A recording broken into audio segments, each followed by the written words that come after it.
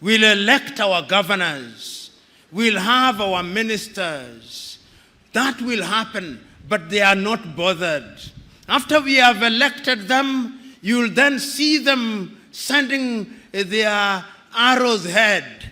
You'll see Bill Gates come and meet your president. You'll see Tony Blair come and meet your president. You'll see Macron come and meet your president. You'll see all of them. And then they will never admit, but they'll be told, if you want money in agriculture, behave this way. If you want money in this area, behave this way. They will never tell that to the Chinese. They will never tell that to the Indians. They will never tell that to the Vietnamese. They will never tell that to the Koreans, but in Africa, they tell us. That is why, as I speak to you now, under this new scramble, the IMF and the World Bank are back, telling you who to hire in your universities, what to sell and what not to sell. It is a sad situation. So today, as I look at Africa in that new scramble, the Chinese are here. I hope that this institution was not built by the Chinese.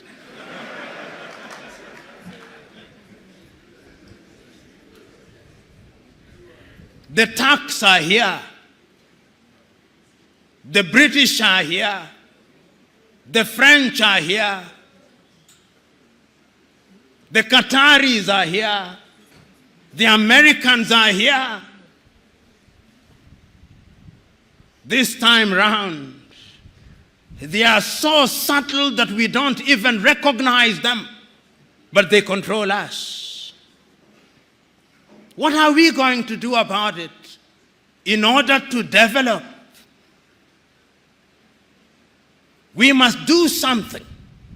And if we don't do that thing else, you who have been trained in this institution, you have traveled the world. You have traveled Nigeria. There are two things that you can do with your traveling. You can marvel. Says it is great in China. You can marvel. You can wonder or feel pain. I'm urging you to feel pain. To feel pain for the continent of Africa, and in your own way, when you go out there, go and do something about it, because it has also been demonstrated that it can be done. I've traveled across this continent and I've seen that development is possible. I was in Rwanda before 1994. I was in Rwanda in 1996. Genocide. 1 million dead. Its obituary written. Will never rise, they said. You go to Rwanda now. They are demonstrating that it can be done. Go to Kigali now. See what they are doing in the health sector in their own small way. See how they are collaborating in the area of mobile telephony in their own small way. It can be done. I've been to Botswana and I've seen what they are doing in their own small way. I've been to Mauritius, see what they are doing in their own small way. And they do not have the resources that other countries have. They do not have the resources that the Democratic Republic of Congo has. And I'm giving these examples to say that indeed it can be done, and it can be done within the continent of Africa. So what we must do is to begin to pull together, you know.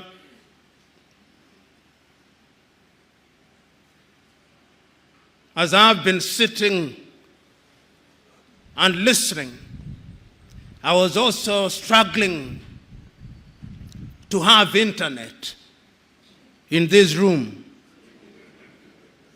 And every effort was being made to connect me to internet.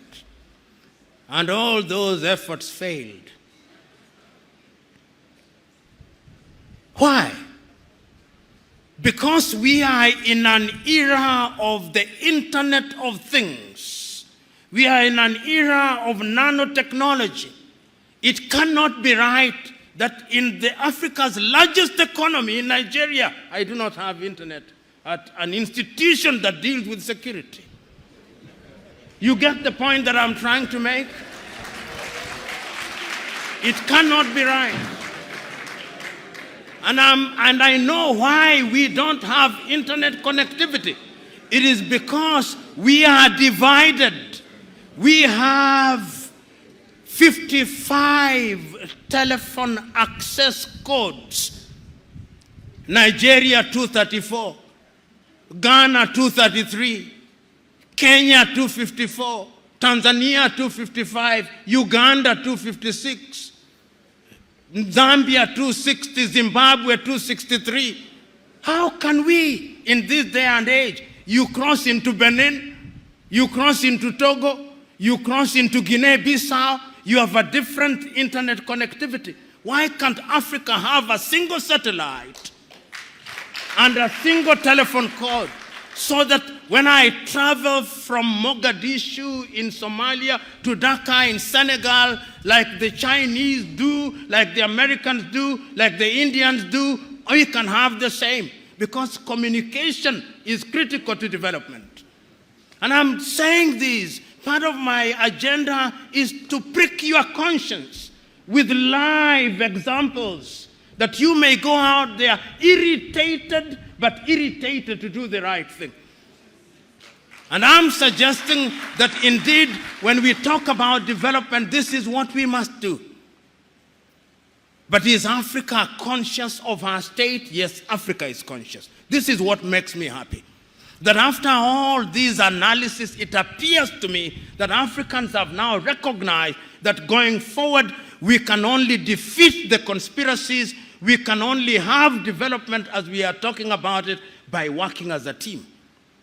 And that is why, beyond the Millennium Development Goals, beyond the Sustainable Development Goals, we as Africans under the aegis of the African Union do now have our grand vision of Africa Agenda 2063. And that Africa Agenda 2063, let me tell you, if we can fulfill it, many of you here will be upstairs by the year 2063. But our contribution, perhaps you do not know what I mean upstairs, not up. You will be with the Lord himself. But the most important thing is that Africans are now beginning to see beyond the next election. Because part of our problem in Africa has been that we plan in 5-year circles. We don't have a grand agenda, but now we have a grand agenda. And if you look at the 7 pillars of Africa Agenda 2063, everything is covered. Health is covered. Research and science is covered. Climate change is covered. Women's participation is covered. Democracy and governance is covered. The arts and the culture are covered so that Africa can become a serious player in the international agenda. As we speak now, we are not a serious player. You know, and I say this perhaps too often, but I must repeat it because it is important. I was looking at the GDP of Indonesia. The GDP of Indonesia this year, by the end of this year, will be 1.1 trillion United States dollars. Indonesia is the 17th largest economy in the world using all critical indices. It's amongst the G20. The population is about 200 million, just about Nigeria.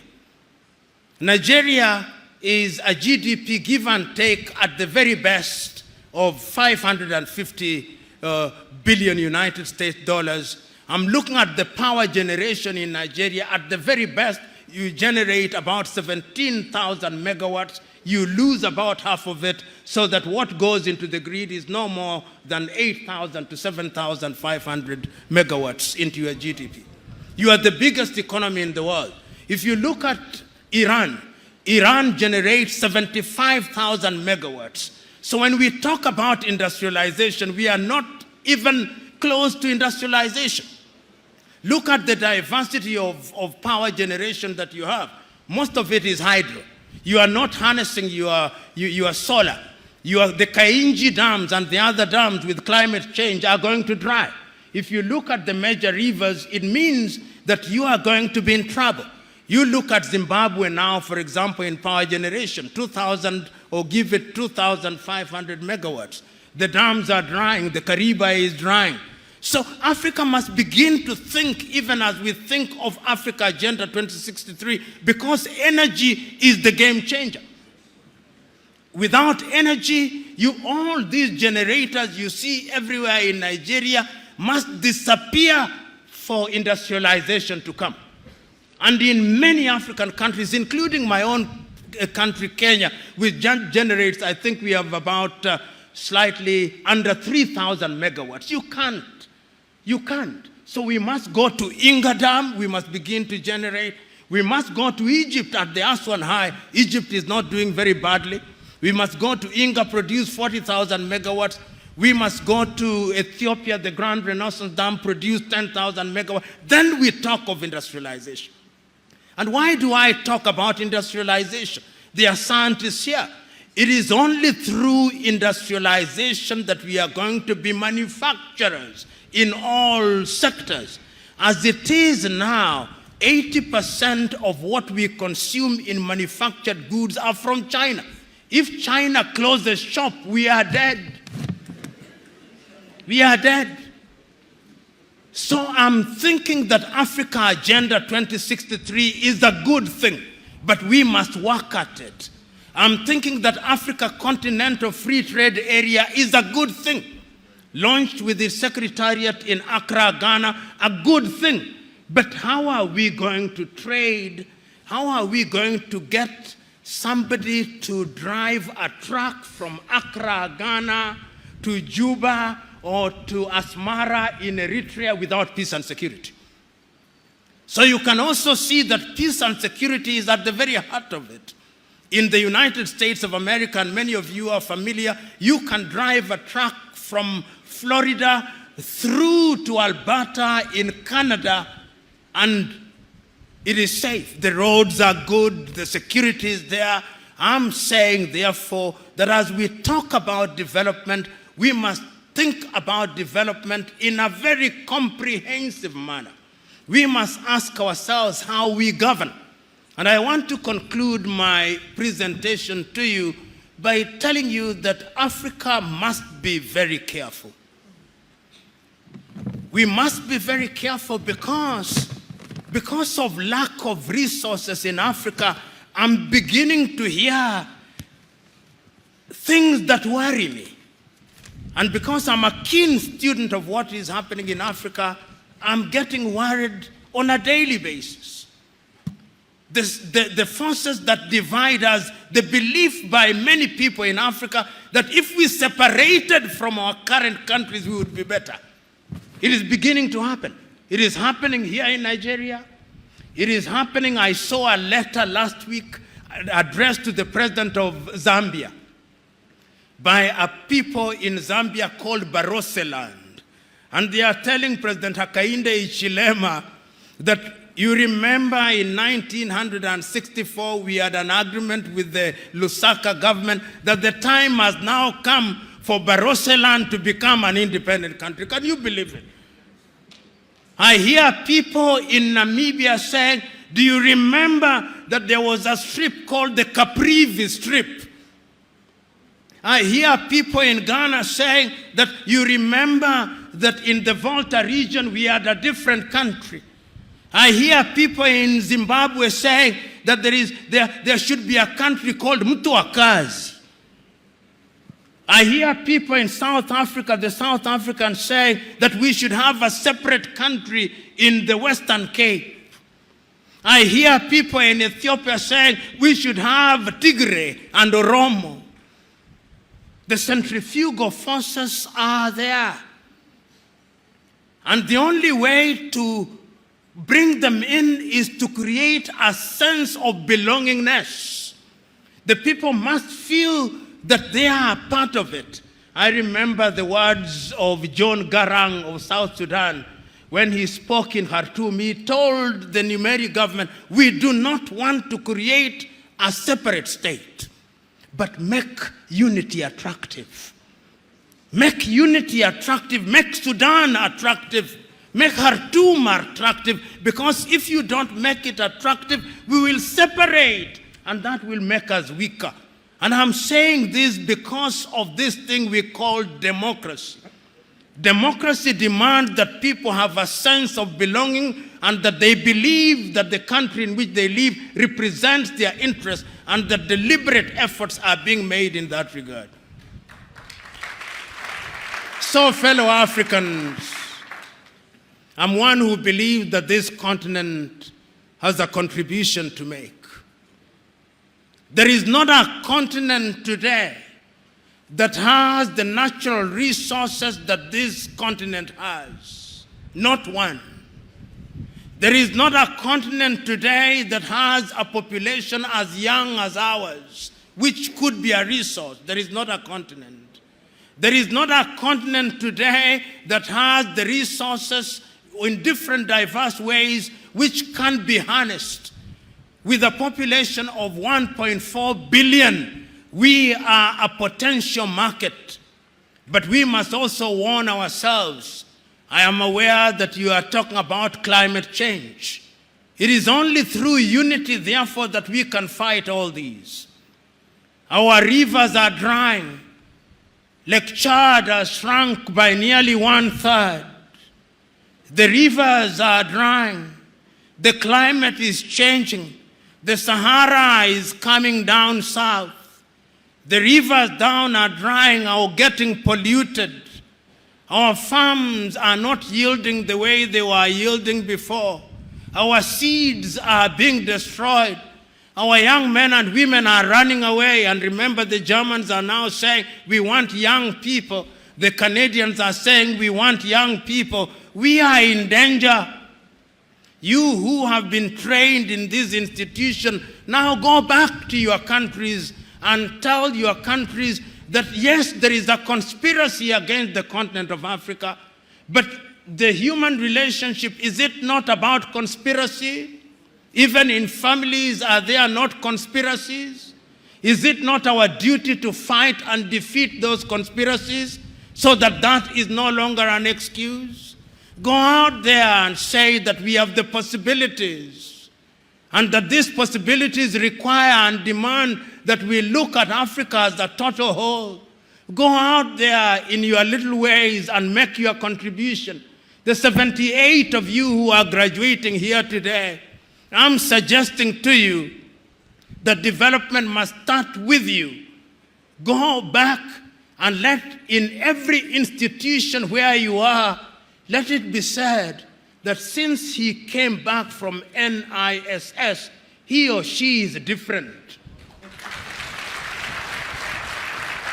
He is different in a positive way.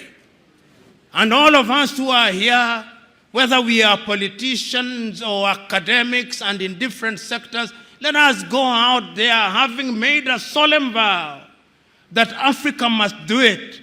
If you can't do it for yourself, ask yourself which Nigeria you want to bequeath to your children and your children's children. You are here, maximum 40 years, you will have gone upstairs. But after 40 years, in which kind of country will you want your children to be? This is the question. It is not about you and me. It is about them. This is intergenerational. Africa must change, Africa can change, and it can only change if we change our minds. And our minds we must change. Ladies and gentlemen, thank you very much, and God bless.